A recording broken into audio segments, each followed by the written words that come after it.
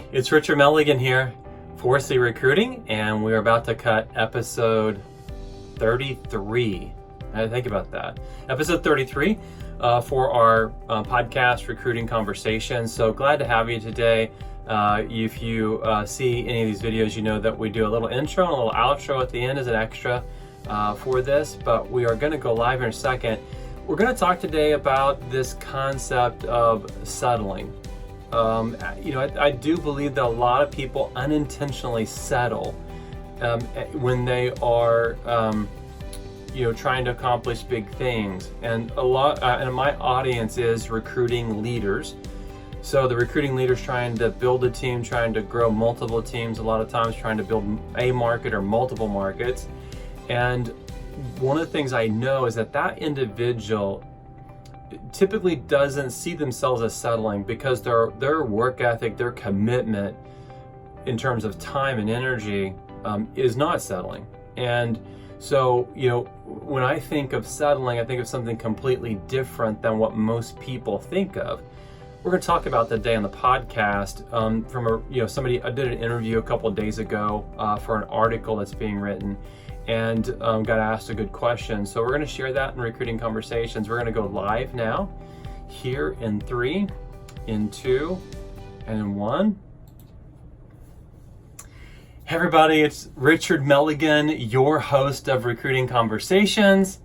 Welcome back to another episode. It is episode 33, and it's pretty crazy to think just a few months ago, I say a few months ago, but just, 9 months ago we started this, and now here we are at episode 33, and it's a growing audience. So thank you to every one of you that's actually shared this with someone, because I'm passionate about it. And if you listen to this, you know that I'm passionate about it. Sometimes I get a little too wound up in my podcast talking to myself, and that's a little bit odd. If you've ever gotten wound up talking to yourself, I think there's medication for that. I'm just not on any of it. I am really excited about recruiting, and I'm really passionate about this idea of sharing ideas with people that are in the recruiting leader space. And of course, that recruiting leader is someone who actually manages a team, but then is also responsible for building recruiting to that team.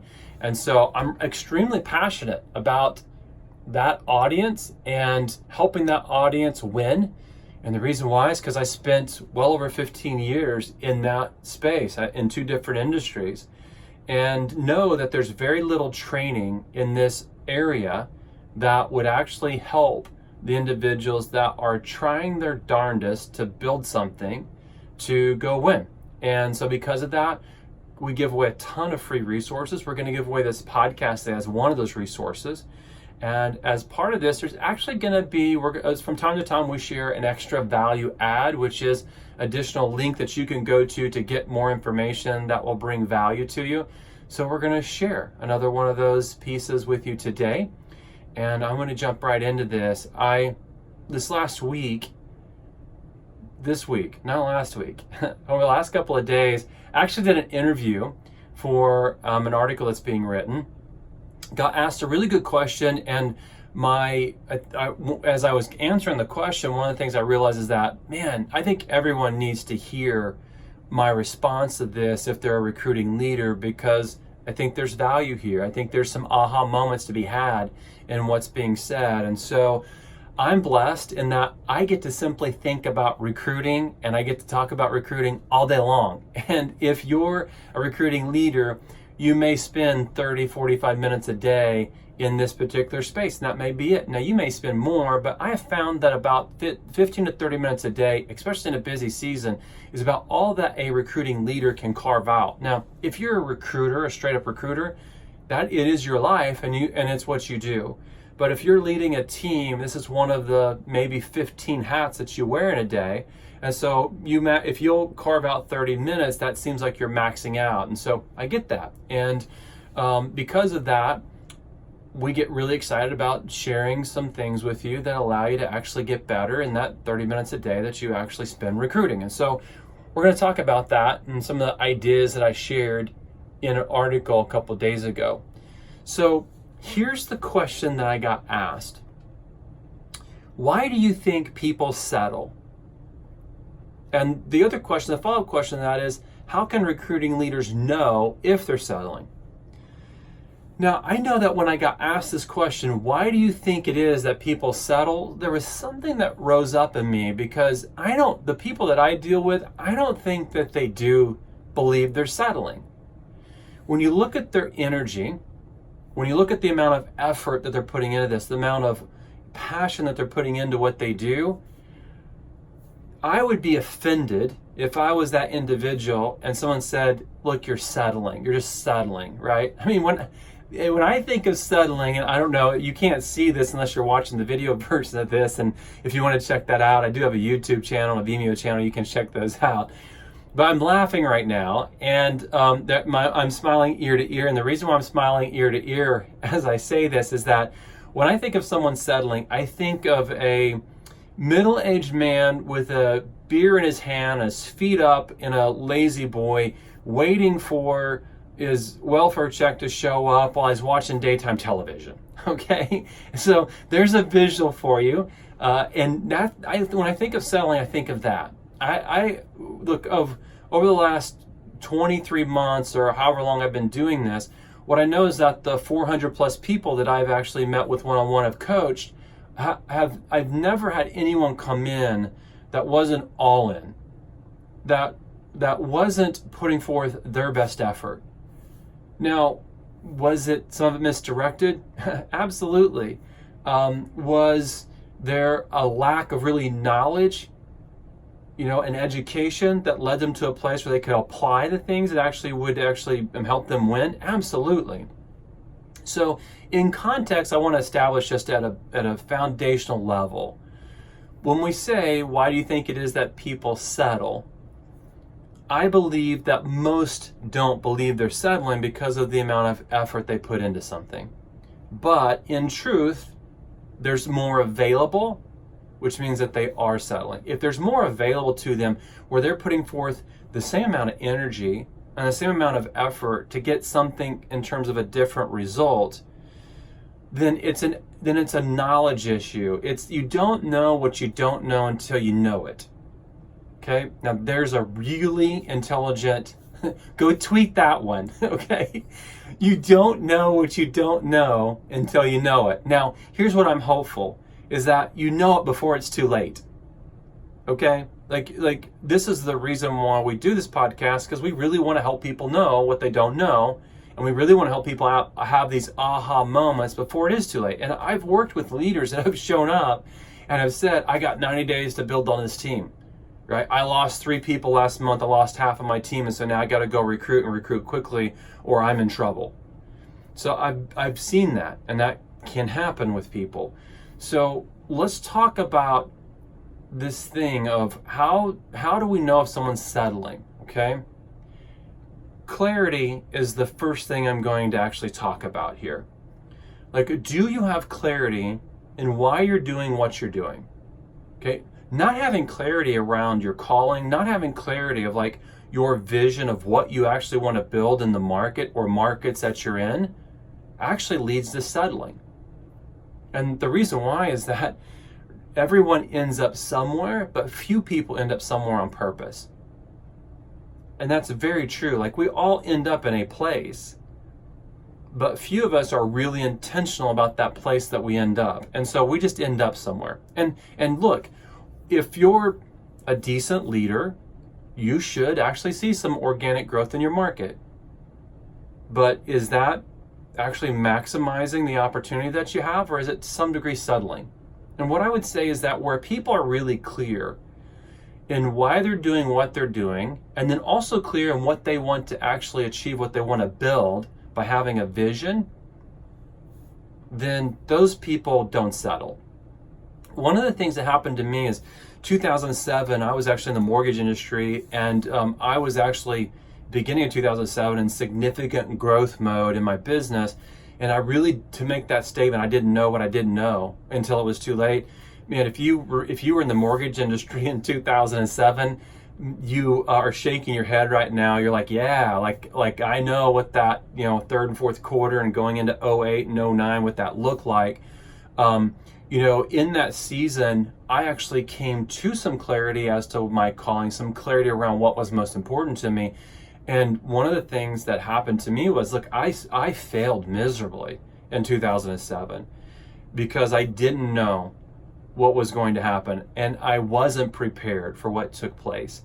And so, I get into like Q3, Q4 2007, and I'm failing miserably, and I know I'm going to have to recreate myself, but I really have no idea how I'm going to recreate myself.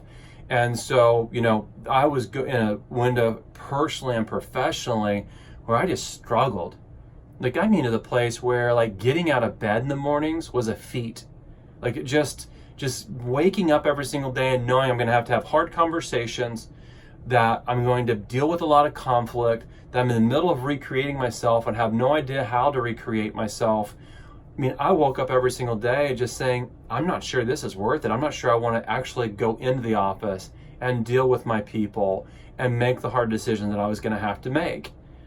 And in that season, I go back. Now, I've got 4 kids, and if you listen to this, I may have brought that up a couple of times, but my oldest today is 17. But when I map that back to 2007, Ethan was 5 years old, and Gavin's my 12-year-old today, and Gavin was a newborn in 2007. And Leah and I have been married for 8 years at the time. And man, and if you know my full story, you know that I actually grew up extremely poor. I mean, some part of my story is that, I remember duct taping my tennis shoes. I remember actually eating saltine crackers and milk for breakfast. I remember being evicted from homes. That's part of my story. And so because of that, when 2007 rolled around and I began to struggle and have this enormous loss, it took me back to a time and a place where I said, I'm never going to live like this. And so I remember waking up every single day and seeing the faces of my wife and my 2 young sons and saying, you made a promise to yourself that if you had a family, they wouldn't live like this. And so in those moments, one of the things that became very clear to me is that one of my largest motivators was them. I was putting my feet on the floor every single morning for Ethan and Gavin and Leah. It wasn't for me. It wasn't for more money or a better title or for building a new home or creating financial freedom. I literally woke up every single day, and what got me out of bed and what got me moving forward was clarity around who I was doing this for and why I was doing it for them. And so I know in that season, I actually did, in about a 6-month window, recreate myself and get back to a place where I was having a lot of success in the mortgage industry simply because I had that clarity. So I think that people settle in terms of not even knowing they're settling because they just simply lack clarity around why they're doing what they're doing, and they're unclear what their vision is for their market and what the vision is for their life. The second thing that came up as part of this question as I answered it was this. I think people settle from a lack of accountability. Look, here's one of the things I know about me. This is just about me. So for those of you that don't need accountability in your life, that you're just like, you wake up every single morning and you're at 110% of your own capacity, and you don't struggle with things like wanting to move towards the path of least resistance, right? And if that's you, then this doesn't represent you. For the other 99.9% of you, you need accountability, right? We all have limitations around what we can do on our own. And what I found is that by creating accountability, we increase our capacity to do things. So I'll give you an example in my own life, because I do think that it's relative to sharing your own story so that people can connect and kind of have some ideas around this. But every Tuesday, I meet with 3 people that I'm aligned with in terms of my beliefs and my values that are where I'm at or ahead of me. And they might say, look, I'm where you're at, not ahead of you. But I look at them, and these are 3 men that I aspire to be like, that are great husbands, great fathers, that are entrepreneurs, that have built successful businesses, that are also growing those businesses today significantly. And I look at them and I say, I need that accountability because it actually stretches me, right? Iron sharpens iron. And so by having a Tuesday morning meeting, there's a level of accountability that comes from that. And by meeting every single Tuesday with those three guys, Clay, Shane, and Jay, what happens is that I actually stretch my capacity to be more. I stretch my capacity to do more because of the accountability that this small group creates for me. Now, outside of that, I actually have a lot of other areas where there's accountability, and I encourage people to create accountability because what that means is that, man, we won't settle in things that we know we shouldn't be settling for. So as an example, one of my core values is that my family comes first. My family comes before my business. My family comes before my personal interest. And so I need accountability in that. So my wife, Leah, becomes the accountability in that. I have given her permission to say things like, working 80 hours a week is too much, Richard. And I need the tension that she creates in that, and I've given her permission to speak to that so that I can actually increase my capacity to be a better father and to be a better husband. So I've created accountability there.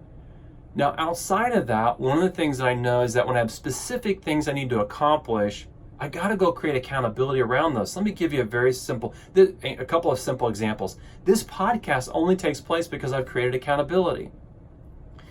If I don't deliver the podcast at a specific time, then I write a check anyways to the individual that's helping me get this podcast on all the platforms and getting it prepared with an intro and an outro and getting it promoted, right? I write that check whether I deliver the podcast or not. There's accountability there. I go back to the beginning of 2017. At the beginning of 2017, one of the things that I realized is that my leadership brand needs to be strengthened. So I made a promise to myself and said that in 2017, I'm going to post on LinkedIn Monday through Friday every week for the entire year. What I realized, knowing me, is that just making that statement or writing it down on paper or saying I'm going to hold myself accountable to it wasn't enough, that I needed more accountability. And by creating more accountability, I was going to increase my capacity and I would do it. So inside that, I asked somebody to hold me accountable. And I actually said, look, if you'll hold me accountable to doing this, if I don't post just even one day, and you catch me not posting one day within a 24-hour window, then I will write you a $2,500 check if you can catch me not posting one day on a Monday through Friday. And I knew that by just even making that statement, or at least I hoped that by making that statement, there would be enough tension there that I would be held accountable to it. So I intentionally created additional accountability by actually involving somebody else in that space. And guess what? I did it. I actually wrote every single day, Monday through Friday, for all of 2017. And since then, when I look back at 2017, 18, and now here in 19, I've had less than a handful of days. I would say 3 or 4 days max where I haven't posted in protecting my leadership brand and delivering content in that window of time. Now, of course, my wife thought I was nuts. She's like, "You're doing what?" I'm like, no, understand. This is making sure that this is going to take place. It's not going to happen. But here's part of that story. It was like Friday night. Okay, now I have a habit journal, and if you're on the video, you'll see the little habit journal, how I'm holding it up. But I have a little habit journal that I use, and the things I say I'm going to do, I write in the habit journal every single day. As I'm going to bed, I put a check mark in the category, did I accomplish that? So whatever it is, it's in my habit journal if I want to do it consistently, and then I actually put a check mark. It's actually an X that I put in that column, did I do it for the day? So in 2017, I'm going to bed on a Friday night. It's like 11:55. So I'm going to bed, I reach over for my habit journal, I open it up, and I'm like, oh darn, I have not posted on LinkedIn today. And you know what I did. I picked up my phone, okay, I created some content, and I dropped it on the platform.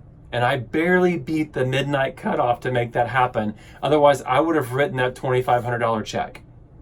The only reason why that took place was because I created accountability. Now, here's the other part of that. I hadn't thought about this. when you post at 11:55 or whatever time it was on Friday night, bumping up against midnight, no one else posts on LinkedIn over the weekend, or most people don't deliver content on the weekend. And so I was blown away by how much engagement I had on that content piece, simply because there was no other content for people to engage with. And you fast forward to even Monday morning, not many people deliver content on LinkedIn early Monday morning. So I created like a 30-hour window of time where if you jumped on the platform, I was the content that showed up in your newsfeed. And so inadvertently, I hacked a little bit of a system there, a little bit of a strategy there, simply because of that idea that I had accountability around that. So the second part of this is, like, when you look at those first two answers, do I have clarity? If you answer, I don't have clarity in my vision, I don't have clarity of why I'm doing what I'm doing, then you're settling. The second part of that is, if you look around you and you say, I don't have accountability, guess what? Then you're settling. The third part of this is, as I answered this question for the article, was people settle unbeknowingly because they don't have a system. The system is another component that stretches you, right? The system is a component that allows you in a same window of time to accomplish more. I actually mapped out, a couple weeks ago, I mapped out 32 minutes of recruiting efforts in the system that I teach. When I mapped this out, like literally mapped it out minute by minute, I mapped out 2 days. One was a 32-minute day and the other was a 28-minute day, because someone said, you can't really accomplish anything in 30 minutes of recruiting. And I said, it's because you don't have a system. Let me prove that to you. And I mapped this out. There are 2 documents, minute by minute. What could I accomplish, because I understand the system that I teach, in 32 minutes or 28 minutes? And I accomplished more in 32 minutes than most people do in 2 days. And the reason why is because I have a system. Look, there's a way that the universe is wired to work. There's a reason why we know that the sun's going to come up every single morning and it's going to set every single night, right? We know that, that spring, summer, fall, and winter, they come, unless you're in Florida and you just have summer, right? But there's a way the universe works, and the way the universe works, we have to pay attention to it, because the universe works very systematically. Right? We know when the moon's going to be out, when there's going to be a full moon, when there's going to be a harvest moon, right? We know when that's going to happen. There's a way the universe works, and it's all systematic. One of the things that we also know is that successful people always have a system. Now, most people that I've come across, and I would say 99 plus % of people that I've come across, that I've coached, have very little system in their recruiting efforts. So this statement holds true. Extreme systems or extreme structure equals extreme success. So how do you know if you're settling? Do you have a system? Do you have an extreme system? Do you have extreme structure around recruiting efforts? And if you don't have that, then the answer to the question is you are settling. Now, go through these 3 things. Give yourself a 1 to 10, right? How much clarity do I have around why I'm doing what I'm doing? How much clarity do I have around my vision for my team and my market? What is it, a 1 to 10? Do I have accountability? Have I created accountability so that I can increase my capacity to do things, to stretch myself? 1 out of 10. Do I have a system? Do I have an extreme system? Rate yourself 1 to 10. And what you will find is that in several of these areas, there are areas that you need to go focus on. How do you get clarity? How do you create accountability? How do you improve your system? Identify an area that you're going to focus on, an area that you're going to work on, and work on that area and move forward. And by doing that, what you will be saying to yourself is that I realize that I am settling and that I'm going to stretch myself and refuse to settle. So I hope those answers that I gave in that article bring value to you today. You have to understand that by answering these 3 questions in itself, you're creating tension. That's it. By answering these three questions, you're creating tension. And I'm here a lot of times just to insert some tension. And by inserting tension, what I know is that your eyes will open up a little bit more, your energy will go up a little bit more, and you'll move towards something that will be one change that might change everything for you. Okay? And that's really what we're about, is we're about that one change. So we started out the podcast talking about changing one thing per week for 52 weeks. What does that look like? Here we are. What is the one change that you'll move towards? And I know that if you'll focus on these three areas, what you'll realize is that if over a window of time you change in the clarity, accountability, and system arena, you'll look back and you'll realize I was settling, and we don't want to do that. Like, we've all been created to do something great, and I believe that. You've been created for a purpose, just like I've been created for a purpose. And when we're clear on that, and we're clear in our calling, you and I have the ability to change things dramatically. I think great leaders, this is one of the things I know, great leaders change more than just a single transaction. They change more than just a single person on their team, right? Great leaders impact people beyond the office. They're impacting husbands and wives. They're impacting fathers and mothers. They're impacting grandfathers and grandmothers, right? We're impacting the communities that we're in. I could tell you stories about individual people in my life today that impacted me in such a way that I still remember it, and it still are things that I applied in my life and I applied in my business that were with me for a very short window of time. And what they left with me carries on. What they left with me is part of their legacy, and I passed it on to someone else. And so this one change that you make can actually impact someone at a level that it actually impacts a generation. And when you understand that, it should drive you to want to reach for more. It should have you wanting to stretch and increase your capacity for the things that you're doing, because you have, as a leader, more impact in one pinky than you actually realize. And so I hope this inspires you to make some change today. If this has brought value to you, I'd love it if you would share it. This is actually on a website, recruitingconversations.com. I'm going to share a link here, and I should have talked about this earlier, but I'm going to share a link. There's an extra value add for you as part of this. And I want you to go to recruitingconversations.com/leadership branding. There's an extra nugget there for you that you can actually download as part of this podcast. I would share that. recruitingconversations.com/leadership branding. There's a nugget there that you can share with the people that you are aligned with, other leaders in your organization. And until we actually meet again on the next podcast here at Recruiting Conversations, have a blessed week, everybody, and we will talk to you then.